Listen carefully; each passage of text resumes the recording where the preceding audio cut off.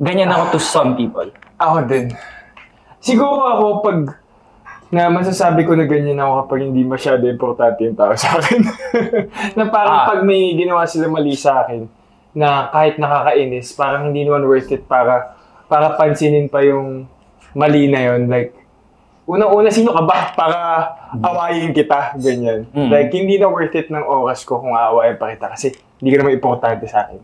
Or sa mga, alam mo yung mga, di natin may iwasan trabaho natin, yung medyo may kainitan sa set. Medyo may pitik ng konti, kunwari kahit sa prod na gano'n, medyo na sa'yo, may nagawa ka, gano'n. Wala, di ko na kailangan yun. Sample, okay. Isang beses, nasa set ako, tapos parang may nakasaksak kasi na outlet na maluwag. Tapos doon ako nakatambay. Tapos parang natamaan ko isang beses. Tapos, syempre, sorry. Tapos nung pangalawa, pumasok siya dun sa lugar namin, sabi niya, ano ba? Kanina ko ba sinasabi na tinatamaan niya na? Pwede ba umalis ka dyan? Sabi niya sa akin. Sabi ko, sorry po. Ganun. Hindi ko na kailangan, yun. Hindi na kailangan makipag-away. Ba't ko ba siya sasagutin? Sabi ko, okay po. Sumalis na ako.